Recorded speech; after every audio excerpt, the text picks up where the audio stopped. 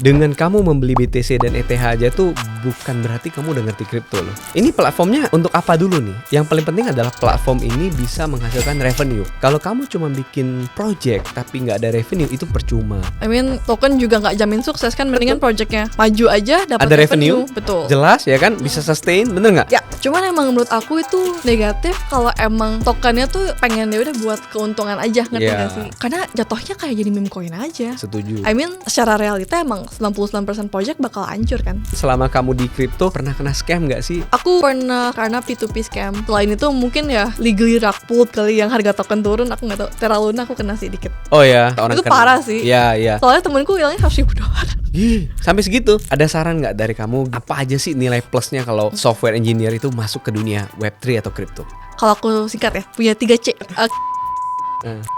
Sama Gua kirain tadi Cengli, Cuan sama Cincai. itu mah bisnis ya. Halo Sobat Kripto, selamat datang di podcast Kongko Komunitas Kripto bersama saya Robi Gio. Hari ini saya kedatangan tamu yang sangat spesial. Ya karena cewek jarang ya ada di dunia Web3 ya. Jadi ini adalah salah satu woman in Web3. Yang kedua setelah kemarin kita ada Teresa. Dan beliau adalah co-founder dari Quack Labs dan co-founder dari PV. Yuk langsung aja kita ngobrol-ngobrol bareng Feby Metasari. Halo. Hai Ko Robi, udah lama ya nggak ketemu lagi. Udah lama ya, it's been a while ya. Kayaknya pertama kali kita kontak 2021 atau Iya, waktu kom baru launching. Waktu kom baru launching ya, waktu komunitas Launchpad baru launching, terus kita kontak-kontak. Betul. Ya. Gimana nih? Apa aja nih? What's happening since 2021 for yourself?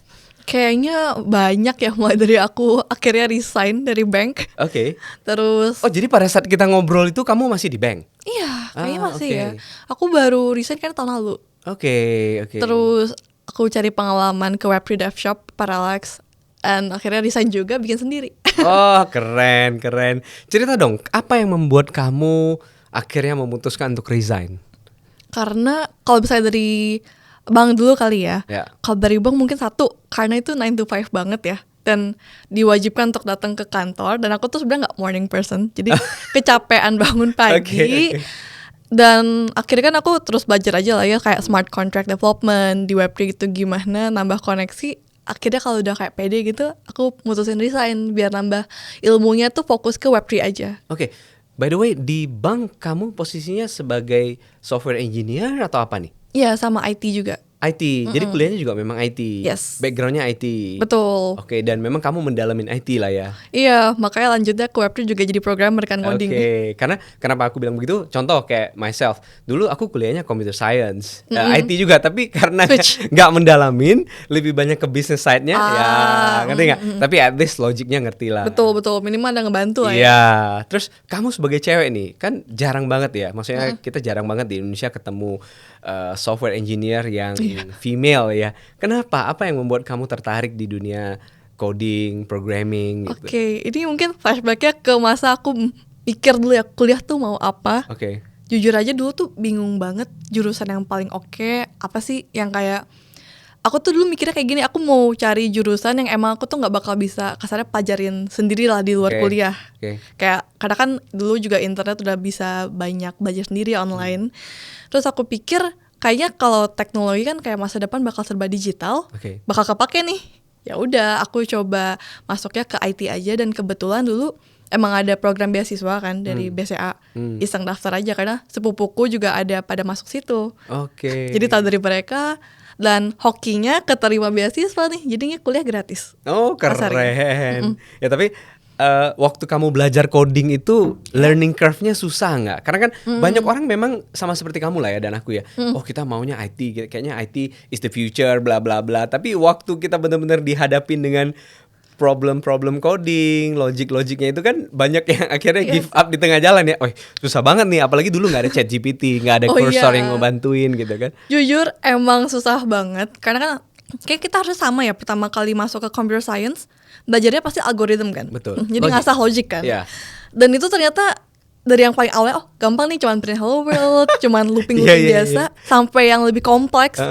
Dan akhirnya kalau di BINUS tuh ada kayak yang namanya competitive programming. Jadi kita emang ngasah logik banget nih, ada banyak soal, banyak problem, selesain yang paling efektif gimana kan. Dan aku dulu kan ngambis ya, awal-awal masuk kuliah kan emang dari dulu anaknya ambis, jadi pengen keep IPK 4 tuh. I see. Jadi aku sampai weekend aja malam-malam tuh aku hajar terus latihan. Belajar biar, ya? Iya belajar sampai nangis, stres, sampai nangis di bawah meja karena saking capeknya. Oke. Pernah. Oke. Jadi effortnya lumayan ya di awal. Cuman kalau udah kayak nangkep logiknya, udah lebih enak sih buat kayak semester selanjutnya sebenarnya. I see. Terus kalau sekarang nih kamu bandingin dulu zaman kamu benar-benar start awal belajar programming dengan sekarang kamu udah di software house, kamu udah punya Quake Labs, Ya. ya kan? Itu perbedaannya apa? Lebih gampang nggak dengan adanya ChatGPT, Cursor dan AI? Tentu saja ya, maksudnya karena ada AI, bayangin sekarang aja orang yang nggak ngerti coding bisa bikin website gitu ya, Oke. bisa bikin, sekarang lagi rame pada bilangnya AI SaaS gitu ya, Oke. kerennya. Oke. Ya jadi kayak sekarang tuh lebih mempermudah orang-orang yang nggak harus paham coding dulu untuk akhirnya terjun aja bikin aplikasi sendiri lah, tool sendiri gitu sih. Cuman kan setauku walaupun AI ini membantu, kalau kita nggak ngerti logiknya kan juga nggak bisa. Maksudnya Oh iya. menurut saya ada tim juga, tim dev. Kita udah sering, saya udah sering assign mereka, coba kamu bikin pakai AI full. Nggak bisa Pak katanya, bener nggak? Betul, Karena betul. apa yang di-coding oleh AI itu untuk sekarang belum benar-benar sempurna lah. Iya, jadi kayak gini, maksudnya mereka tuh bisa bikin yang basic banget lah. Oke. Karena kan aku juga notice kebanyakan orang yang vibe coding ini rata-rata cuma GPT wrapper. Oh, oke. Jadi kayak mereka tuh bikin aplikasi backendnya cuman hit API AI-nya aja.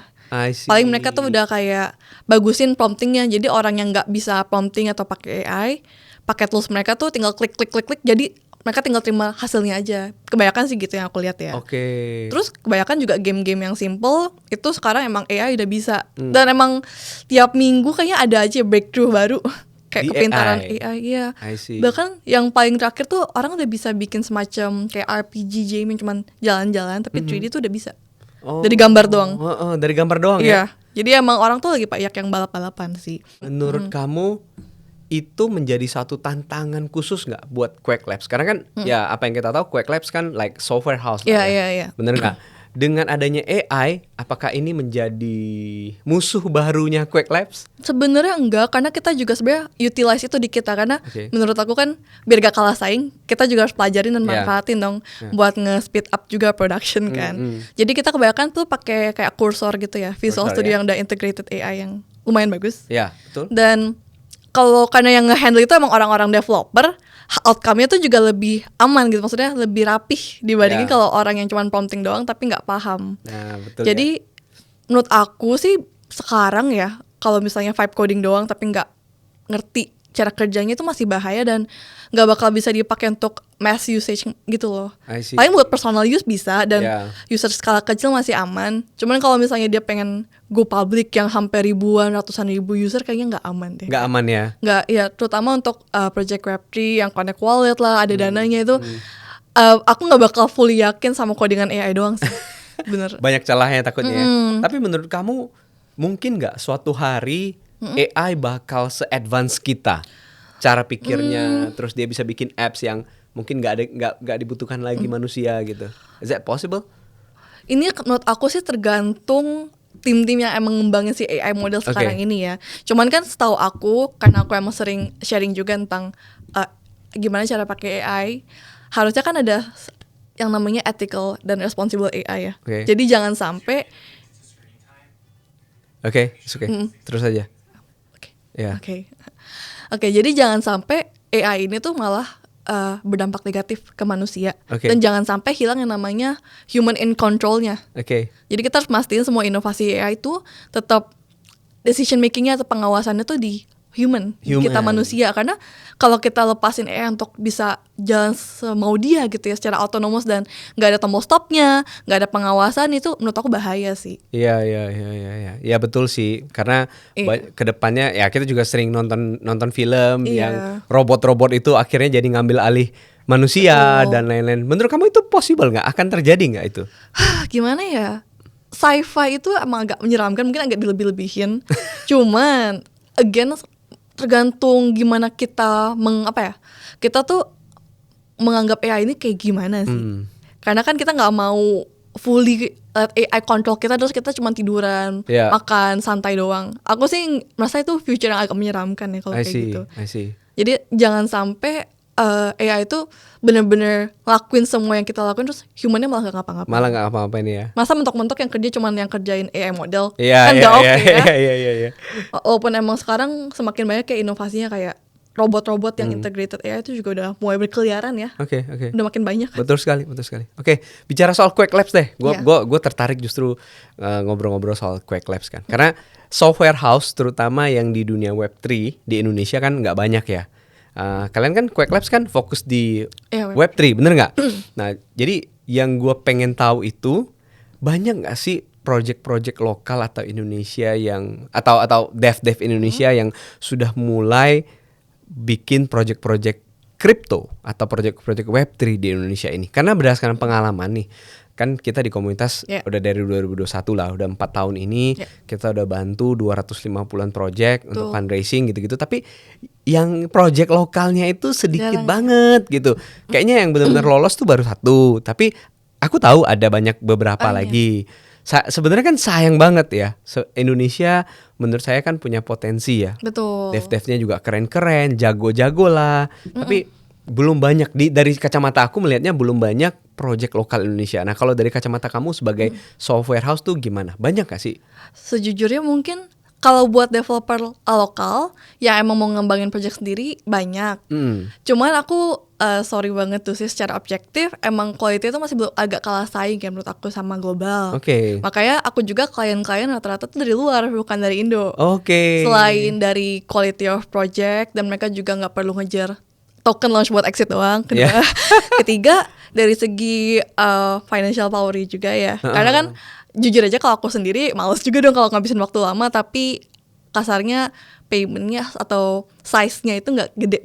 Gitu betul. Karena aku banyak kerjaan lain juga gitu kan Betul selain sekali. ini yang karena aku mau kembangin project itu nanti kita bahas ya. Iya. Nah, kalau misalnya kalau buat banyak ada 2 sih menurut aku kalau di Dev Indo ya. Antara dia emang saking jagonya, itu dia bakal kerja di perusahaan luar. Jadi tuh aku banyak tuh teman-teman yang kerjanya di Hong Kong, di Singapura atau di US bahkan itu ada.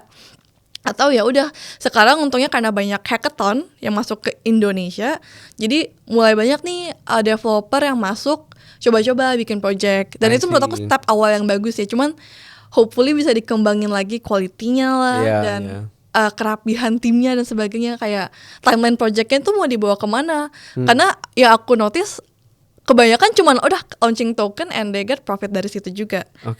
Secara projectnya short term lah ya. Iya, aku nggak yakin nih mereka apakah mau main long term atau enggak. Tapi aku netral aja kayak you do you aja sih. Kalau aku sendiri yang di project yang aku lagi gencerin gitu ya di Quake Labs yang project internal PV ini. Kita sih emang nggak berencana launching token karena menurut aku kalau ada token tuh takutnya kalau utility-nya kurang jelas itu malah jadi negatif lah buat projectnya. Setuju. Ya teman-teman, ini yang aku sering juga menekankan kepada banyak teman-teman lah ya, orang-orang Indonesia kan. Aku sudah beberapa kali jadi advisor. Ada beberapa yang suka minta pendapatku. Aku juga mengatakan hal yang sama. Ini platformnya untuk apa dulu nih? Apakah ada revenue? Yang paling penting adalah platform ini bisa menghasilkan revenue. Karena bagaimanapun project crypto itu pada dasarnya nggak jauh beda dengan bisnis atau project startup. We need revenue. Kalau kamu cuma bikin project tapi nggak ada revenue, itu percuma. Short term ya kan. Dan kok token atau koin itu bukan selalu baik loh. Banyak orang itu, menurutku, aku selalu bilang ini adalah founder's dream ya. Mereka tuh karena first time founder. Mungkin kita juga dulu gitu, first time founder. Jadi mereka merasa, wah kalau gue punya token gue 300 juta market cap atau 1 billion market cap, gue bisa sekaya apa, bla bla bla. Intinya kaya dan mungkin make sense juga kan. Emang kebanyakan mayoritas orang ini pasti emang maksudnya semua orang juga mau nyari peluang kayanya di mana. Cuman emang menurut aku itu negatif kalau emang tokennya tuh pengen dia udah buat keuntungan aja, ngerti gak sih? Karena jatuhnya kayak jadi meme coin aja. Setuju. I mean secara realita emang 99% project bakal hancur kan. Tokennya banyak banget yang turun. Dan di tahun 2000 sejak berapa ya? 2023 atau 2024 di mana project tuh kayak gampang banget lah launching. Beda banyak ada pamfan, token-token launcher yang lain. Gitu ya. Itu kayak mempermudah orang tuh bikin project aja. Ada website bisa launching, udah modalnya berapa sih, paling nggak nyampe 1 juta gitu. Betul. Dan kalau mereka doxing itu kayak agak buruk juga lah buat nama kredibilitas mereka sih. Ya. Nah, tell me more about PV. You mentioned that you're focusing on PV. PV nggak mau punya koin atau token ya kan? Kecuali emang ada utility nanti, nggak tahu. Betul. Apa sih PV itu? Penasaran, mungkin teman-teman sobat kripto kan juga banyak yang belum paham ya. Oke, jadi project PV ini sebenarnya lahir dari hackathon. Oke. Dan kita emang punya ide ini tuh untuk nyelesain masalah kita sendiri. Kalau kayak crypto payments tuh buat orang-orang yang emang sering dibayar pakai kripto ya, stable coin and stuff, pasti pernah ngerasain lah masalah harus discuss dulu mau dibayarnya di chain apa. Oke. Terus kadang kan biar aman mastiin dananya diterima, suka bilang transfer dulu ya $1 kalau masuk kabarin. Iya, test token, payment. test token, iya. Betul, kayak kok ribet banget sih. Yeah. Terus ketiga, kalau kita nggak mau generate wallet address baru kasarnya untuk satu payment ini, kasarnya itu kita kayak nampilin transaction history dan aset kita dong di Betul. on-chain. Jadi kayak privacy issue, terus kayak waktunya juga banyak kebuang. Yeah. Pokoknya repot deh. Oke. Dan jadinya kita bikin yang namanya PV itu sebagai semacam payment link yang ada privacy layer-nya. Jadi kasarnya kalian bisa dibayar dengan keamanan yang sama kalau kalian terima dana dari bank gitu ya. Kan dia nggak nge-publish apapun, Yeah. karena nggak ada transparansi di Betul. sana. Nah, dengan cara gimana kita tuh auto nge-generate fresh address di setiap transaksi kalian. Tapi itu secara kriptografi itu ke link ke main wallet kalian. Oh. Gitu. Jadi kalian gak usah pusing ngurusin banyak wallet, itu auto kegabung lah dari platform kita biar lebih gampang.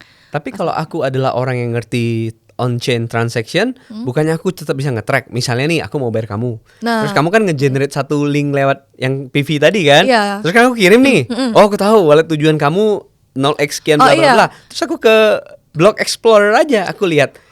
Berikutnya dia kirim kemana nih gitu. Oh iya, itu jadi ada satu hal yang pengen aku tekanin di sini. Kita emang nekaninnya ke practical privacy. Jadi level of privacy yang secukupnya aja. Dimana kalau orang bayar ke aku, minimal aku nggak langsung expose wallet pin address. aku, satu. Yeah. Kedua, juga selama aku nggak langsung lari lagi ke main wallet, juga aku nggak bakal ngebocorin nih sebenarnya wallet utamaku yang mana, megang aset di mana. Dan ketiga, dari wallet fresh address itu juga aku juga bisa langsung pakai kok buat payment selanjutnya. Betul. Gitu kan. Jadi, dan menurut aku ya, aku sih belum pernah ketemu orang yang serajin itu dia ngecek-cek lagi aku pernah transfer ke siapa, aku cek lagi ini addressnya siapa. Yeah. Kecuali di saat itu ya. Yeah, di saat betul. itu mungkin kepo iya. Cuma setelah itu kayaknya Kita enggak lah ya. kurang kerjaan sih. Yeah, Aku nggak ngapain pernah ya? bahkan. Yeah. Sekali transfer ya udah.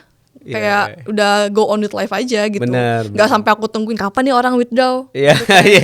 Jadi kayak ini solve basic privacy aja sih. I see. Biar kalau kita terima crypto payment itu gak usah pusingin a chain karena kita udah integrate USDC punya cross chain ya. Oh, semua ya.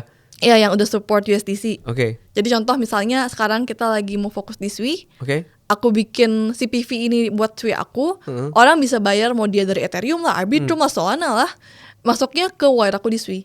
Jadi kita nggak usah perlu discuss lagi selama Mau ini chain bayar apa? di chain apapun, Ya. pokoknya aku terima di chain aku. Itu Gitu. apakah itu berupa barcode atau link gitu? Ada linknya, ada barcode-nya sama aja sih. Oh, ada Jadi link pokoknya setiap ada transaksi baru, dia bakal ngarah ke address yang baru. Itu I sih see. bagusnya. Oke, then how do you make revenue? Ini kan pertanyaan yang Oh paling penting iya, ya. simpelnya kita bakal kasih transaction fee aja. Oh, transaction fee. Dan itu kita emang setnya serendah mungkin. Oke. 0,1% pun juga oke, karena kita nemuin cara biar PV ini bisa berjalan se-cost efektif mungkin. I see. Jadi secara back end-nya kayak infrastructure tech-nya itu gak perlu kita kayak ngeluarin duit banyak lah. Yang bayar transaction fee-nya aku, misalnya aku mau kirim ke kamu, berarti aku yang kena tambahan fee. Oh enggak, jadi kalau itu kan pasti ada gas fee ya. Yep. Kalau buat bayar initially, maksudnya satu lagi buat ke withdraw fee-nya sih. Oh, waktu kamu udah nerima uang, terus kamu mau withdraw, nerima uangnya. kamu kena charge. Oh, lebih ke ini. Jadi bayar ke aku misalnya 100 USDC misalnya. Ya. Berarti aku ambil 0,1% dari PV ini, ambil 0,1% dari si 100 USDC itu. I see. Jadi kayak potongan dikit aja.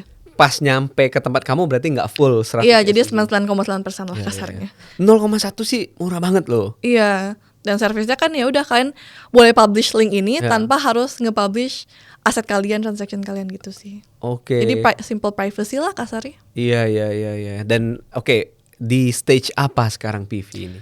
Kita lagi mau kayak internal audit sama kejarin ke mainnet sih, karena pokoknya waktu nanti kita bikin ke event token itu udah mainnet. I see. Oh berarti nanti akan hadirin token 2049 Iya, ke main event atau ke event yang mana nih? ke Sway Fest ya. Jadi itu satu gedung di Marina Bay Sands juga, cuman Oke. sebelahan lah hallnya. Oh, dan itu semua project-project yang ada di ekosistem Sui. Ya, karena Sway Fest kan. Sway Oke, Festival. boleh tahu nggak kenapa Sui? Out of beberapa chain yang lagi hype, Oh, iya. Sol, Ethereum Base, ya kan, Binance Smart Chain, why Sui? Simpelnya karena sebenarnya kan emang ini lahir dari hackathon. Kita emang sebenarnya ikut 2. Soalnya sama Sui. Oke. Nah, kebetulan emang menang banyaknya di Sui ini, kita menang first place. Wow. Yang kita dapat 30K. Oh wow. And then diundang juga kan ke Athens, Greece kemarin. Oh, oke. Dibayarin juga tuh Wah. $2.000 per orang. Ya hampir 50 jutaan lah ya. Iya. Oh, menarik. Ya, Waktu itu lumayan. Sui-nya di hackathonnya di mana? Online. Online. I Sui see. Overflow tahun ini. Wah, keren. Terus kayak lumayan disupport sama Sui, makanya kita lagi mau fokusnya ke Sui-nya dulu. Kebetulan juga lumayan dekat lah sama co-foundernya. Kemarin waktu di Bali mereka ada dateng, sempet ya cruising bareng lah Oh, sama oke. Costas, Iya, co-foundernya iya, dari Sui ya. Miston Labs juga. Oh, keren. Sama keren. ya adalah jadi lumayan dekat sama tim-timnya dari Miston Labs yang di belakangnya Sui. Jadi kayak lebih cocok lah rasanya kesana dulu ya kan. Benar, biasanya kan kalau di dunia kripto ya sama seperti Connection. bisnis apapun connection ya. Betul. Saya dekat sama siapa, ya kan kita cocoknya ngobrol sama yang mana, ya kan. Jadi mereka nggak dorong kamu untuk bikin koin atau token? Enggak sih. Enggak ya. I mean token juga nggak jamin sukses kan, mendingan projectnya maju aja dapat Ada revenue, betul. jelas ya kan, bisa sustain, bener nggak? Ya. Contoh kayak Pump Fund aja tuh, menurutku Betul. memang Pump Fund tuh salah satu yang ya berbeda lah dengan yang lain-lainnya. Awalnya mereka nggak punya token sama sekali, begitu platformnya booming, baru mereka raise lagi yang gede, Tuh. 600 sampai 600 juta. Kayaknya lebih enak kayak gitu ya, soalnya kebanyakan kalau ada token pun banyak yang beberapa minggu atau enggak sebulan 2 bulan tuh udah Udah gone ya, karena harga tokennya hancur, Tuh. biasanya devnya udah nggak semangat mau jalanin, revenue modelnya nggak jelas. iya, dan mungkin banyak juga cost abis buat marketing ya. Betul, listing udah berapa? Betul. Dan aku mungkin lumayan seneng karena PV itu emang dapat banyak attention dari banyak content creator, KOL Sui juga Oke. di X. Di Dan X, mereka ya. jadi organik banget nih attentionnya. Heeh. Jadi lumayan seneng lah, banyak yang ngerasa oh ini bagus nih, menarik gitu Ya, lah. sesuatu yang bisa dipakai lah ya. Iya, Kok soalnya bisa muncul dengan ide itu? Nah, penasaran nih. ya karena mungkin emang dari masalah yang kita alamin juga ya. Kayak kadang aku capek, oh mau bayar di mana? Aku bilang, oh ya aku mau terima di Base lah atau Arbitrum lah. Mau USDT atau USDC. Kalau terus repot lagi nungguan kadang kan, Ya, ya, nungguin ya, test ya. transaction. Kalau misalnya aku belum reply dia, oh ya udah diterima, itu dia nggak bakal bayar full. Kayak Ya. kok rasanya buat terima payment crypto kok lebih repot lagi Betul. daripada aku terima transferan bank. Betul. Kan kayak males banget gitu. Iya. Oke, bagaimana dengan security-nya? Apa nih step-step yang kamu lakukan untuk memastikan PV ini aman dan secure? Oh ya, ini juga main concern aku ya, lumayan. Oh, satu mungkin karena ini untungnya nggak heavily di smart contract, jadi aku lagi banyak mikirin lebih ke sisi kriptografinya. Yang pasti pertama kayak kita fokusin key generation itu fully di sisi user. Oke. Dan kedua kita nggak ada nyimpen private key juga, jadi itu fully self custodial. Itu Oke. yang perlu aku tekanin. Jadi kita nggak megang kuncinya sama sekali. I see. Itu satu. Jadi minimal user tuh tanggung jawab pribadi lah Iya, gitu. iya. Kita nggak ada megang kontrol dana mereka, kasarnya gitu. Oke. Dan step 2 pastinya auditing sih. Tapi dia dapat dashboard nggak? Saya sebagai user misalnya saya mau pakai Oh, PV, iya. dapat dashboard. Iya ada. Jadi Oh, nanti oke. kan tinggal login kayak connect accountnya. Oke. Itu udah kelihatan lah semua history transaction, bahkan bisa generate multiple payment link juga. Itu bisa dilihat transaksi-transaksinya gitu. Multiple payment link, misalnya aku mau terima payment sekaligus dari beberapa pihak gitu ya. Misalnya untuk hal-hal yang berbeda, bisa juga karena di platform PV tuh nggak cuman satu payment link misalnya buat transfer ke aku, tapi bisa buat jual digital product juga. I Gitu. see. Jadi misalnya PDF contoh, Ya. PDF gitu ya dimasukin. Nah itu bisa bikin link baru misalnya /pv.me/feby/buku web3 gitu misalnya. Oke, jadi orang tahu ya ini paymentnya untuk apa gitu ya. Jadi lumayan terorganisir dan kita bikin UI yang sangat lucu. Mungkin nanti di editornya bisa munculin lah ya. Boleh. Nanti kita kasih lihat UI-nya seperti apa ya. Emang kita heavily fokus di user experience juga dan bikin produk yang emang orang tuh enjoy pakainya lah ya. Iya. Yang lucu-lucu gitu. Iya. Soalnya kita lumayan dapat banyak komplimen tentang user interface-nya ini sih, kayak design overall application. Dan itu aku shout out juga thanks to Calvin ya, cowok aku yang banyak kontribusi ke desainnya. Oh, berarti Kelvin lebih fokus ke arah desain. Dia lebih ke full stack sih, full stack dia full developer stack. kan. Tapi dia juga jago banget lah desainnya. I see. Kalau aku kan orangnya lebih ke smart contract dan di back end biasanya. Malah terbalik ya. Biasanya cewek yang desain, cowok yang smart contract gitu kan. Iya, dia sebenarnya bisa smart contract juga, cuman aku yang lebih ngedalemin. Jadi sekarang dia nggak handle banyak ke kontrak. Karena gimana ya, aku ngerasa kalau ngedesain apa itu yang namanya front end, kayak atur posisi dan sebagainya itu kayak repot banget. Perlu ngatur-ngatur pixelnya, jaraknya. Iya. Bedain lah kalau ukuran layarnya segede apa. Beda lagi kan di HP sama di laptop, tampilannya bakal beda tuh. Betul. Pusing banget ya jujur aja. Sedangkan kalau backend logiknya berlaku di mana aja. Okay. Jadi aku lebih suka yang kayak kasarnya pasti aja gitu. I see, gitu ya. Lebih santai ya. Lebih santai ya. Maksudnya fokusnya mikir logik aja, nggak mikirin estetik. Karena walaupun aku suka kasar desain buat PPT sih masih aman ya. Cuman kadang tuh designing itu kayak beda-beda. Oh, enakan di kanan, di tengah, di sebelah kiri tuh beda banget feelnya. Memang sih, itu memang harus orangnya fokus ngurusin Dan itu ya. takes time banget ya. Iya, Kadang betul. bahkan mikirin warna aja pusingin sih. Iya. Nah, oke. Coba kamu bisa bayangin nggak? Kan kamu sekarang fokus lah, full time lah boleh dibilang sama Kelvin, cowok kamu di PV dan di Quack Labs. Kira-kira nih kalau nggak ada kripto atau pada saat itu kamu nggak kenal kripto, can you imagine yourself kamu kira-kira lagi ngapain? Aduh, kok kayaknya sedih banget ya kalau nggak ada kripto. Kok gitu? Oh gitu ya, sedih kalau nggak ada kripto ya? Iya, soalnya mentok-mentok yang aku lakuin tuh kayak sangat normal kali ya. Mentok-mentok sebenarnya kan aku udah mulai ngonten gara-gara waktu zaman COVID. Oke. Ya mentok-mentok mungkin aku kerja sambil ngonten sih. Dan jujur aja content creator yang non Web3 tuh bayarannya jomplang banget kalau aku boleh jujur. Dibanding dunia Web3 ya? Iya. Jadi kayak berasa banget sedih karena kebanyakan juga kliennya lokal kan. Kalau non Web3 kayak entah itu makanan lah, make up, skincare. Aku ngerasa nggak banyak uangnya di sana, mungkin kecuali mungkin followersnya udah banyak banget. Itu beda cerita. Betul. Jadi growth-nya mungkin juga susah karena mungkin sektor-sektor itu udah terlalu banyak orang juga yang masuk kan. Sudah red ocean. Iya. Ya, kalau di dunia Web3 kan masih blue ocean. Orang-orang untuk jargon-jargon kripto aja masih banyak yang bingung kan. Bener. Ya, makanya sebenarnya setelah kita build komunitas Launchpad dari 2021, barulah belakangan kita kepikiran banyak teman-temanku itu yang nanyain, terutama yang udah berumur ya, seumuranku ya. Iya, gimana sih mau mulai kripto? Ngerti nggak? Iya kan? Iya. Orang banyak yang pengen masuk atau mendalami kripto, tapi mereka nggak tahu bagaimana cara memulainya. Dan kita selalu tekankan bahwa dengan kamu membeli BTC dan ETH aja tuh bukan berarti kamu udah ngerti kripto loh. Bener gak sih? Kripto itu is a whole different game. Itu banyak banget. Kamu harus ngerti wallet, kamu harus ngerti private key, seed phrase, nge-swap, liquidity providing, bla bla bla. Makanya kita bentuk kelas edukasi ini. Dan kebetulan kita lebih fokusnya itu di bootcamp. Jadi kita setiap 2 bulan sekali kita ngadain bootcamp di mana orang bisa datang bawa laptop, kita ngajarin full mulai dari nol. Mantap banget. Iya. Nanti aku suruh ortuku ikut deh. Ya, boleh. Emang kamu gak bisa ngajarin kan? I mean you are master. Aduh, jujur aja ya, menurut aku untuk ngajarin orang tua, orang yang berumur ya. Boomer mungkin ya. Iya. Butuh kesabaran sangat tinggi. Yes, betul sekali. Dan mentok-mentok aku udah pernah ngejelasin briefly lah. Cuman aku jujur aja takut kalau mereka nyentuh sendiri ya. Karena kan di Web3 banyak scam juga. Jadi aku takut mereka ketipu. Masalahnya banking yang biasa aja papa aku pernah kena kan. Kadang-kadang udah kena. Dari yang telepon OTP lah. Saking legitnya. Jadi sebenarnya aku agak takut kalau mereka masuk kripto. Aduh, kalau hilang karena scam sakit ya. Iya. Jadi agak udahlah aku aja ngurus, mereka enjoy aja lah. Iya. Gitu betul sih, betul. Tapi memang pada kenyataannya banyak juga orang yang pengen belajar, ya kan? Ya, scam pasti ada lah. Betul. Yang seaman bank-bank yang gede aja tetap. Nah itu. Bener nggak sih?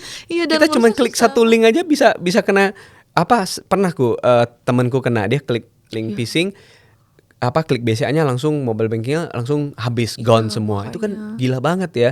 Jadi menurutku ya dunia kripto juga ada celahnya, tinggal Banyak. bagaimana, banyak celahnya, bener nggak sih? Tinggal bagaimana kita mengantisipasinya. Betul. Ngomong-ngomong soal celah dan scam dan lain-lain, selama kamu di kripto pernah kena scam nggak sih? Paling yang berasa yang bener-bener kayak scam itu, Hmm. aku pernah kehilangan, cuman untungnya dikit ya, $500 karena P2P scam. Dia kayak minta transaksi di luar lah, dan itu kayak berkelompok, mereka terorganisir banget ya, karena Oh, ada yang oke. pernah jadi CS, Ya, ada ya. yang ngirim email legit, ada yang stay on chat. Oh really? Ya sumpah, sekarang udah Itu operasi di exchange berkelompok. luar? Iya. I see. Jadi sejak itu stay safe aja sih, maksudnya jangan pernah percaya yang ngajak transaksi di luar, dan Kalau jangan mau P2P? Iya, dan jangan approve kalau transaksinya selesai kalau emang belum terima duitnya. Iya. Selain itu mungkin ya legally rug pulled kali, yang harga token turun, aku nggak tahu. Terra Luna aku kena sih dikit. Oh ya. Kayak $500 juga deh. Enggak lah, itu bukan kamu aja kan, maksudnya banyak sih, banget orang itu kena. parah sih. Iya. Soalnya temenku hilangnya $100,000. Ih, sampai segitu. Karena itu stable coin kan. 20%. Mereka tertariknya karena apa? 20%-nya atau apa? Atau mungkin project yang baru aja, I see. maybe kayak stable Ya waktu coin. itu dia top 10 lagi ya. Dan yieldnya gede juga. Ya. Terus orang juga mikir stablecoin aman, Iya, stable kan betul. harusnya. Tuh tiba-tiba hancur, aduh. Sejak itu aku nggak pernah nyentuh stablecoin selain USDC dan USDT. Gak mau lagi. Yang lain nggak mau? Gak mau. Oh. Gak percaya. Oke, bicara soal stablecoin, menurut kamu stablecoin ini ya walaupun tadi banyak yang di-pack dan lain-lain, Oh, iya. kamu lihat stablecoin itu gimana sih? Bisa jadi adopsi nggak di Indonesia? Karena kan di Indonesia crypto is digital asset. Ya. Kita boleh invest di kripto, tapi untuk paymentnya masih belum boleh lah istilahnya. It's not a currency. True. Kalau kamu lihat gimana? Kalau di Indonesia itu bener-bener pure tergantung anti regulator sih. Aku kurang bisa ngomong. Cuman di negara-negara lain kayaknya udah mulai diterima ya. Terutama US juga udah accepting. Ya. Makanya sekarang kan Shopify juga udah mulai berjalan tuh terima USDC as payment. Di Shopify? Iya. Oh wow. Jadi beberapa merchant udah terimanya stablecoin, dan itu enaknya fee-nya pasti lebih rendah. Betul, Pasti kan. betul. Terus JP Morgan juga kayaknya lagi memikirkan gimana adopsi stablecoin. Dan di negara-negara Asia kayaknya aku notice Hong Kong ya yang lumayan menerima kripto karena mereka ada Bitcoin ATM juga. Iya, betul. Iya sih, kayaknya akan mulai ngarah ke stablecoin payment sih menurut aku ya. Walaupun kasarnya nggak di approve sama negara, dia nggak bisa kontrol juga kalau kita mau pakai di negara lain kan. Atau Iya, di merchant yang mau iya. menerima. Cuman di atau Indonesia nggak mungkin legal lah. nggak boleh lah ya, nggak boleh Iya, iya. legally kamu terima payment di stablecoin USDT atau USDC. Kecuali peer to peer. Kecuali peer to peer ya. Iya. Kayak kita, tapi menurutku memang USDT dan USDC atau stablecoin ini benar-benar satu game changer sih. Ya, True. terutama bagi kita yang kerjanya digital Iya. dan worldwide kan. Kalau coba bayangin nggak ada USDT. Aduh, USDC. karena fee-nya gede banget sih. Bener nggak? Mau terima, ada orang mau bikin software sama Quake Labs, ribet banget kan? Ini Iya. Swift Bank, IBAN dan lain-lainnya. Terimanya 3 hari Terus kemudian. belum lagi withdrawal kena potong, Iya. kena rate yang gak bagus. Iya. Aduh, males banget sih. Jadi stablecoin sangat inilah ya. Ya, hitungan 1 menit juga nyampe Betul, gitu kan. betul. Dan menurut aku emang volume stablecoin tuh keep rising sih. Ya. Jadi kebanyakan orang sekarang udah banyak pakai stablecoin, dan di Web3 juga udah mulai banyak kan application yang misalnya yang kayak sekarang ada di web tuh kayak booking flights lah, booking hotel tuh udah ada versi Web3 juga. Ya, jadi orang bayarnya lebih gampang ya. True. Dan kayak di Grab kayaknya di Singapura Singapura, punya betul. udah bisa. Betul. Jadi, USDC iya. kalau nggak salah. Kasarnya kalau negara yang nggak mau adopt ya ketinggalan aja sih. Kalau saing aja, makanya kan sayang banget Indonesia tuh kehilangan banyak investor juga ya Iya, lately iya. kan tahun ini. Ya tapi kayaknya memang negara juga mereka punya satu pemikiran sendiri kan. Betul. Kalau mereka serta-merta melegalkan langsung, biasanya kan ada apa ya, ada side effects-nya lah Betul. untuk IDR-nya gitu. Mungkin mereka masih mau wait and see, lihat negara-negara lain gimana mereka adopsi nggak gitu kan. Untungnya ya IDR stablecoin yang udah ada kan, Ya. yang IDRX itu. Ya, IDRX ya. Jadi ada progress lah slowly. Iya, betul. Oke. So bicara soal crypto in general deh. Pengen tahu lah what was your biggest win in crypto? Pernah JP-nya di apa, atau pernah loss gedenya di apa? Terus sekarang apa your 3 biggest holding? Aduh, pertanyaan yang sangat sering ya.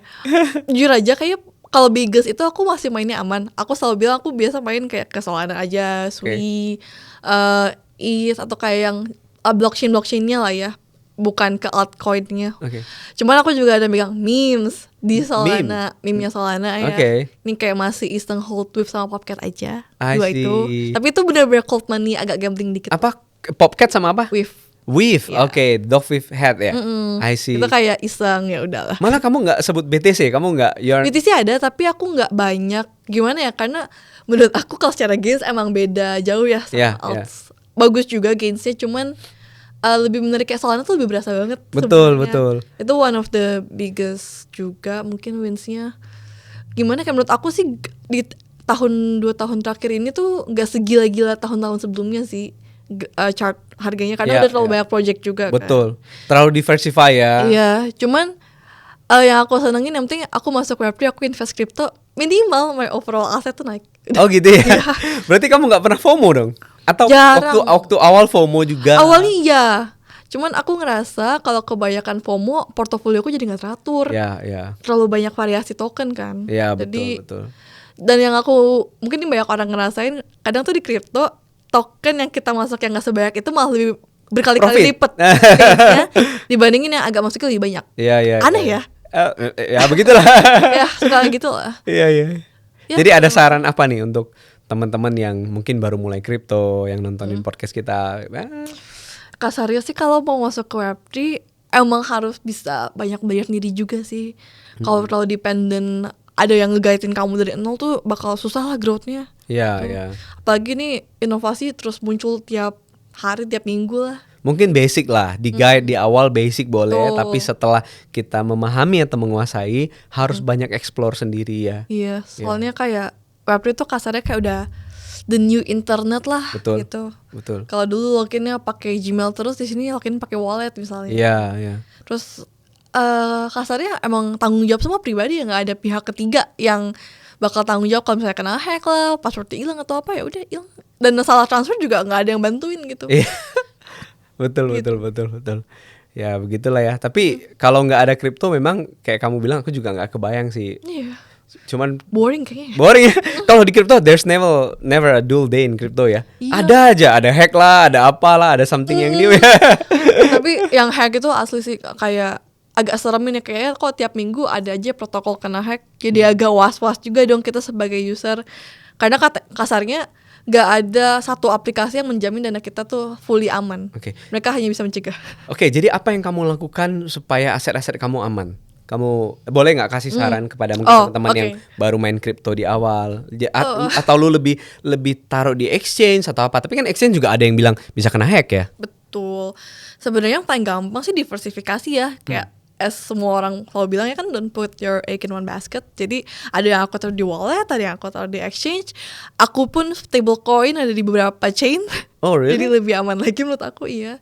Pokoknya jangan sampai semua dana aku tuh terpusat di satu tempat aja sih. Jadi amit-amit. Jadi resikonya kan kebagi ya. Minimal kalau ada yang kena hack aku nggak langsung jatuh miskin. Iya. Dan pastinya just in case tetap ada backup rupiah juga. Gitu ya. Secukupnya. Secukupnya ya. Jadi kayak dikit banget ya. Iya. Aku tuh tarik per bulan aja gitu. Boleh kasih perbandingan nggak? Kan kita sebagai orang kripto ya, kripto maximalis ya. Berapa persen yang di kripto? Berapa persen yang di fiat? Kayak atau semua IDR? Kekayaan aku bahkan di kripto. Hampir. 90 berapa nih? 90? Kalau di kripto maybe 90-ish, 90% lah. 90%, iya. Mungkin banyak teman-teman yang kaget gitu ya. Tapi saya berani mengatakan hal yang sama. Saya juga begitu. Kayaknya 90% my wealth itu adanya di kripto. Karena kita tuh sudah punya conviction. Betul. Kita sudah punya satu keyakinan yang istilahnya susah digoyang lagi lah. Karena kita udah tahu dalamnya seperti apa. Banyak yang bilang gak safe, tapi bagi kita justru ini yang paling safe. Bagi kita, bener gak? Contoh, bank, taruh duit di bank. Saya selalu ngomong ini ke teman-teman saya. Lu punya uang banyak nih, puluhan M. Lu taruh di bank. Kalau besok terjadi bank run, lu juga kena loh. Betul. Bener nggak? Kita nggak pernah tahu apa yang terjadi ke depannya. Nggak usah bilang bank run deh, lu punya 10M. Lu besok mau tarik uang 10M itu di bank, lu harus telepon dulu loh. Betul. Lu harus konfirmasi loh. Bang, saya boleh nggak ambil uang berapa? 10M. Oh ya udah Pak, besok saya siapin ya. Kita siapin dulu. Betul. Duit gua kemana? Oh ya lagi diputar-putar. Iya. Karena kan ini cuannya mereka. Likuiditasnya tuh nggak sebagus kripto lah kasarnya. Betul. Bedanya kalau di exchange kripto yang kalau di Indonesia yang sudah legal, yang sudah under OJK, sudah ada regulasinya, mereka tuh nggak pernah sentuh aset kripto yang kita taruh. Bener nggak? Lu punya 100 BTC atau 100 miliar lu taruh berupa BTC lu masukin ke exchange. Detik ini juga lu mau ambil kan bisa. Betul. Tergantung ya, memang ada withdrawal limit bla bla bla, itu hal yang normal lah. Mereka mengantisipasi supaya nggak kena hack. Tapi kan mereka nggak muter-muterin duit kita. Sebenarnya kalau di exchange emang ada diputer lah, karena kan kayak misalnya kita masukin ke earningsnya kan ada yang kayak semacam depositonya kan. Kalau kita taruh itu emang mereka biasa puterin, entah itu ke DeFi atau apa. Jadi kan pasti kita dapat yieldnya lebih rendah dibanding yang mereka dapat. Tapi kan itu hanya kalau kamu milih untuk taruh di earn. Oh iya. Bener nggak? Kalau kamu nggak taruh di earn, di spot, itu uangnya nggak mereka pakai loh.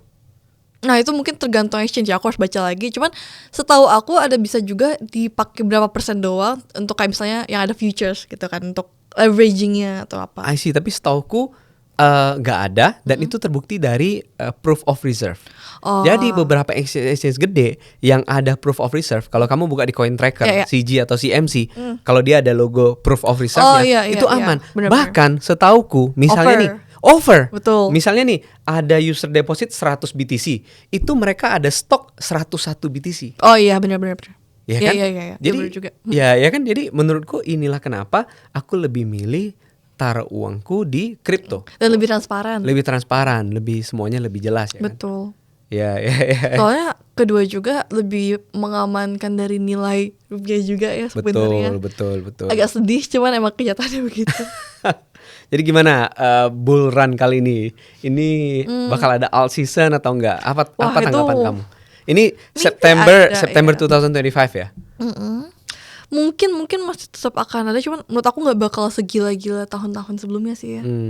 Cuman good enough aja lah. Good enough ya. Maksudnya walaupun dengan adanya institusi yang masuk Ethereum gitu-gitu, kamu nggak melihat bakal berkali-kali lipat? Kayaknya udah agak susah kan, karena semakin saturated juga. Karena kalau misalnya mau nge-push banget, artinya kan harus makin banyak makin banyak banget dana yang masuk. Ya. Kebanyakan kayak kalau institusi, kalau misalnya dia transaksi gede-gedean, setahu aku bahkan mereka kayak OTC ya. Jadi kayak gak gimana langsung mengaruh ke chart. Betul. Gitu loh. Mereka nggak beli di market lah. Iya, jadi langsung OTC ya. Transfer tukaran aja gitu. Iya, karena mungkin di Amerika ini hal yang biasa, OTC desk gitu-gitu biasa. Cuman kalau di Indonesia memang belum umum atau belum lumrah ya. So kalau kamu boleh kasih price target untuk beberapa koin pilihan kamu kayak tadi Sol sama Sui, berapa nih di tahun ini Sol sama Sui kira-kira in your opinion? Sol, kalau agak realistis maybe aku kira dia ATH di 250 29an if not mistaken. Oh ya, hampir 300 ya 295. Duh, aku agak ragu-ragu dia bakal tembus lagi. Cuman mungkin early 300 ya kalau emang bagus banget nih sentimennya. Karena soalnya juga lumayan banyak ya usersnya. Satu, kalau Sui ya paling optimisnya di $10. Wow. Optimis banget. Oke. Ya mungkin kalau realistis di 878 lah. I see. Sekarang berapa? 39 ya? 3 berapa ya? 3 something ya? 3-an. Tapi kan sempat sebelum drop kemarin sempat di 5-an. 5-an. Iya. Oke. Ya 8 lah ya, 8 lah ya. Kayaknya masih bisa. Hopefully. Soalnya Sui lumayan gencar ya sekarang aku lihat. Dari segi developmentnya, project-projectnya dan tech-nya. Di tahun ini ya? Itu bakal terjadi di tahun ini menurut kamu ya? Price semoga ya. Soalnya agak susah banget ya prediksi kripto tuh, sangat unpredictable kasarnya ya. Oke, by the way bicara soal tech sedikit. Sui itu EVM compatible gak? Enggak EVM compatible? Enggak, dia sendiri, dia namanya pakainya Move kalau Move. Oke, bahasa pemrogramannya pakai Move. Jadi dia change sendiri lagi. Tapi wallet address-nya start dari 0x juga enggak. Dia enggak start dari 0x. Mirip Solana lah. Mirip Solana. Mirip. Nyampur gitu ya. Oke. Ya kita tadi lagi bahas hal yang tech, teman-teman. EVM compatible tuh ada Ethereum Virtual Machine. ya kan? Beberapa jaringan yang EVM compatible seperti Base, Binance Smart Chain, Polygon, Ethereum dan turunan-turunannya lah ya. Tapi kalau kamu lihat dari segi speed dan lain-lain, kalau kamu bandingin Sui sama EVM compatible, mana yang bagus nih? Kalau buat secara speed ya, kayaknya sekarang lagi lumayan banyak balapan tuh di Solana sama Sui ya. Mereka kayak lagi ngejar finalization transaksinya tuh under 1 second di 0,5-0,7 detik. Oke. Gitu sih. Kalau mungkin beberapa layer tuh ada yang lumayan cepet juga ya. Yeah. Karena layer tuh bukan Yeah. Ethereum-nya gitu sih. Jadi lumayan bagus ya sebenarnya non EVM ini. Terus paling yang aku pengen highlight juga ya, yang aku suka kenapa lebih ke non EVM. Oke. Itu kalau kita sadar kalau kita pakai chain kayak Ethereum dan kawan-kawannya, setiap kita interaksi ke aplikasi baru tuh harus ada namanya approval, Betul. budget, dan itu kayak nambah-nambah apa ya, kompleksitas lah. Oke, ya, what untuk about in bisa. Sui? Nggak ada Nggak ya? ada. Ini sama kayak Solana kayak ya udah di langsung aja transaksi aja gitu loh. Oh, nggak perlu approve. Dan kedua, untuk bisa sponsorin gasnya itu, gas fee-nya atau biaya transaksinya juga lebih gampang. Kalau misalnya di Ethereum kan harus ada permitnya, approvalnya dulu kan, biar orang bisa eksekusi transaksi kita, Iya. tapi mereka yang bayarin. Iya. Kalau di sini tuh udah ada parameternya, siapa sih gas payer-nya, udah sesimpel itu. Oh, kalau kita sebagai project mau jadi guest payernya kita langsung set gitu aja. Iya, lebih simple. Jadi aku lebih suka sih. Jadi sekali transaksi di Sui itu kalau kamu bandingin sama Solana, mana murah lebih sih. mahal? Wah, itu jujur aja susah ya. Emang murah banget sih keduanya. 0,00 ya. Iya, 0,001 dolar atau 0,0 ya mirip-mirip lah. Iya, Murah iya. banget sih sebenarnya. Hampir nggak berasa. Hampir nggak berasa ya. Iya. Sebenarnya Ya, emang nggak berasa sih. Yang paling mahal Ethereum. Iya, cuma sekarang lately Ethereum karena sepi, sadly, jadi cuma kayak 0,1 dolar doang sih. Oh really? Terakhir aku transaction segitu ya, baru-baru kemarin ini. 0, ya? Iya. Oke, Sepi oke. lagi. Ya, lagi drop lah ya, volumenya lagi drop dan Tuh, lain-lain. Ya. soalnya mungkin udah terlalu jenuh ya.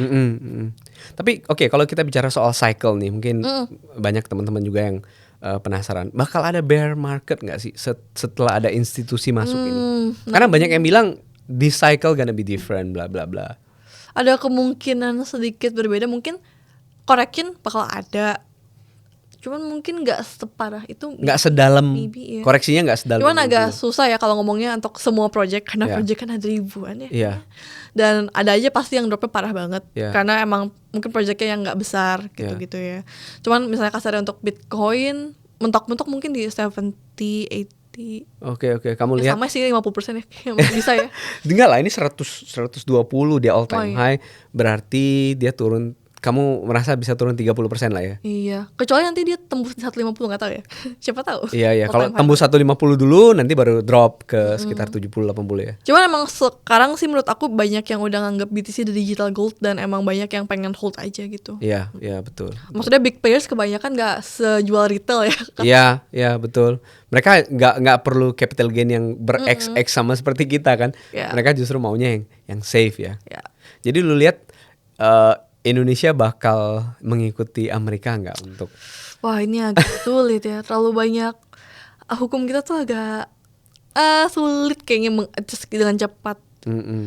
Mungkin mentok-mentok 5 tahunan lagi maybe akan bisa. 5 Hopefully, tahunan lagi ya. 5 tahunan karena jujur aja kayak mereka mau bikin CBDC aja lama banget. Iya, betul. Maksudnya aku bocoran dikit, waktu aku masih di bank aja aku sempat ikutlah brainstorming CBDC blockchainnya gimana, cuman gila sampai aku desain aja nggak ada kelanjutan gitu loh. Oh, oke. Emang oke. mungkin pasti repot kan ekspor Iya. hal baru, cuman guys Cina aja udah lebih gercep gitu loh Ya, kasarnya. betul. Kalau Indonesia kayaknya belum sekarang lah ya. Agak Lebih duluan stablecoin atau CBDC menurut lu? CBDC Indo misalnya. Stablecoin maksudnya adalah adopsi ya, yang benar-benar agak luas ya. Kalau sekarang kan stablecoin memang ada IDRX Secara global atau secara Indonesia nih? secara Indonesia. Indonesia stablecoin susah sih. Aduh, aku juga bingung ya, karena agak mirip-mirip. Yang satu kan kita mau digitalin IDR, tapi kasarnya itu dari pemerintahnya. Kalau stablecoin tuh kayak kasarnya dari swastanya. Oke. Jadi aku nggak tahu, mungkin apakah kalau mereka udah setuju CBDC baru mereka mau accept stable, maybe kurang bisa ngomong sih. Ya, hopefully lah ya. Semoga. Semoga. Tapi makin kesini dari 2021 kita mulai fokus di kripto. Makin kesini juga menurut saya makin baik lah. Ya, benar-benar. Ya di Indonesia regulasinya juga udah makin jelas. Ya. apalagi sekarang dihandle oleh OJK, mulai ada sandbox dan lain-lain. Artinya kan Betul. OJK mulai terbuka nih, ya kan? Iya, tapi sandboxnya jangan lama-lama ya Bapak. Tolong. Iya iya iya. Ya makanya OJK selalu bilang mereka tuh butuh masukan juga dari kita-kita, ya kan? Terus mereka lebih gencar belajar Web3. Gak sesimpel itu. Apa yang bikin kami Oh, buat gitu mereka. ya. Iya. Kalau mereka mau ya. Oke, jadi kayaknya kita sudah hampir di penghujung acara. Ya. Mungkin kamu boleh nggak kasih 1-2 saran bagi, karena kamu kan dev in Web3 ya kan, kita juga selalu menghadirkan dev. Kamu boleh nggak kasih saran bagi teman-teman yang mungkin sekarang lagi coding atau dia ngodingnya tapi belum ke dunia Web3 ya kan, masih bikin web seputaran itulah. Ada saran nggak dari kamu gimana mereka bisa masuk Web3 dan apa aja sih nilai plusnya kalau software engineer itu masuk ke dunia Web3 atau kripto? Sebenarnya mirip-mirip secara general ya, kayak kalau kalian mau masuk ke Web3, karena again ini tuh sektor yang lumayan baru dan fast paced. Kalau secara hard skill ya, yang pasti kalau bisa punya language skill English itu penting banget, karena satu ini kan global, dan kedua kebanyakan kayak modul-modul atau free courses itu in English yang lumayan oke lah ya. Paling kalau yang poin kedua, kalian tuh harus, kalau aku singkat ya, punya 3C buatan aku nih. Oke, apa nih 3C buatan Feby? Curiosity, courage, sama punya connection. Jadi pertama, kalian tuh emang punya rasa penasaran yang tinggi lah ke dunia Web3 ini. Emang tertarik, karena kalau enggak susah keep up. Kedua, berani datang ke event-event, berani untuk coba kenalan sama orang yang kalian temuin. Dan ketiga, dari situ kembangin koneksi kalian di Web3, karena dari situ bakal munculin banyak opportunity dan peluang untuk kalian berkarir di Web3. Kalau plus point buat tech, buat dev gitu, ya aku ngerasa beda banget Web2 dev dengan Web3 tuh ini. Kalau Web2 tuh kesannya terlalu rapi, terlalu terstruktur ya website-nya. Websitenya. Kalau di Web3 lebih bebas. Ya, dan kalau Web2 tuh kayak rasanya perlu sangat bertahap-tahap ya. Progresnya kayak lama banget. Sedangkan Web3 tuh biasa aku bisa bikin satu project in 1 to 2 months. I see. Most projects yang lumayan simple. Ya. Jadi kalian harus bisa gerak cepet, satu, dan pikirin kreativitasnya tuh harus lebih wild lagi. Kayak aku mau coba hiring nih, aku belak-belakan aja. Banyak yang masuk tapi nggak banyak yang punya portofolio Web3. Dan aku ngerasa yang aku paling perlu kan kayak UI designer atau front end developer lah, yang bisa bikin tampilan yang menarik aplikasinya. Itu susah karena mereka tuh entah terlalu web tuh terlalu rapih kayak. Iya. Textbook apa lah ya. Iya, kayak terlalu template. Iya, terlalu gitu. template dan terlalu textbook lah ya. Iya, jadi coba explore emang reference dari application Web3 yang udah ada gitu loh. Karena menurut aku emang vibe-nya beda. Vibe-nya beda. Dan kita nggak micromanage. Jadi kamu tuh emang harus bisa inisiatif. Iya, gitu. betul. Banyak kan di dunia kripto nggak micromanage ya. Betul. Ya, tapi balik lagi ke diri kita sendiri. Kalau kita juga nggak bisa ikutin, nggak fast pace, bisa ketinggalan, bener nggak? Sangat. Jadi kalau mereka ingin bagi dev-dev yang ingin masuk ke dunia Web3, kan kamu tadi bilang 3C nih. Gua kirain tadi Cengli, Cuan sama Cincai. Itu mah bisnis ya. Iya kan? Courage, curiosity sama connection. Curiosity, then you have to have the courage to go to the event and then make connection. Iya, berani aja kenalan, karena yang aku suka ya di Web3 tuh orang gak gitu mandang level satu. Yang penting kalian approach-nya itu enak ya, jangan terlalu maksa. Kayak jangan terlalu business oriented juga, kayak ya udah kenalan as friends aja gitu. Sharing insights. Aku masih ingat karena pertama kali aku datang ke event Web3 itu, waktu itu aku masih belajar smart contract programming. Aku pure belak-belakan aja. Aku emang belum jago. Aku emang kenalinnya, aku interested masuk ke sini, makanya aku lagi belajar nih. Aku udah belajar sampai segini. Ini yang aku tahu. Karena itu emang waktu itu eventnya fokus ke builders. Jadi masih connect lah kalau ngomongin tech gitu. Di Jakarta? Di Singapura. Oh, di Singapura. Oke, dan mereka welcome aja ya? Welcome. Seru-seruan aja. Iya. Gak sombong kok orang Web3 tuh. Oke, jadi tech apa yang mereka perlu pelajarin jika orang ingin masuk ke ini Web3? Paling yang aku pengen tekanin, kalian jadi Web3 dev itu nggak selalu harus berhubungan dengan yang namanya smart contract atau program yang ada di blockchainnya ini. Karena kebanyakan juga udah ada SDK-nya atau library-nya lah yang bisa kalian pakai. Oh, oke. Jadi kalau kalian udah familiar dengan TypeScript, JavaScript tuh udah bisa pakai juga. Cuman yang kalian perlu dalamin tuh lebih ke konsep-konsep yang ada di Web3, kayak penyimpanan yang tadi yang wallet, private key lah, transaction gas fee, itu paham dulu tuh. Dan jadi user sih, jangan coba jadi dev tanpa jadi user. Oke, jadi user dulu ya. Oke, jadi begitu ya teman-teman, saran dari Feby sebagai woman in Web3. Sedikit banget woman in Web3 di Indonesia. Tapi keren, cool. Gua benar-benar menghargai gitu. Pertama harus punya experience as a user, jadi pakai dulu lah protokol-protokolnya, dalamin lah protokol-protokol yang ada di kripto, jadi user dulu. Terus harus punya curiosity, pengen belajar, terus courage to go to the event, sama make connection ya. Ya semoga industri kripto di Indonesia makin maju.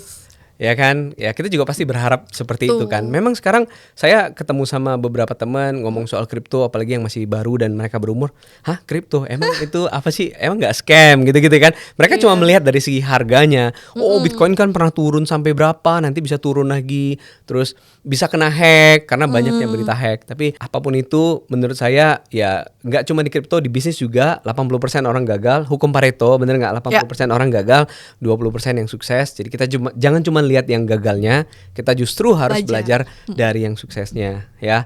Sekian dulu teman-teman, thank you udah dengerin podcast kita, thank you udah bareng Feby, thank you udah hadir di sini di podcast Kongko Komunitas Kripto. Jadi saya tutup sama jargon kita biasa, market kripto nggak pernah tidur, kami juga nggak ya. Ya, thank you, bye, salam sobat kripto.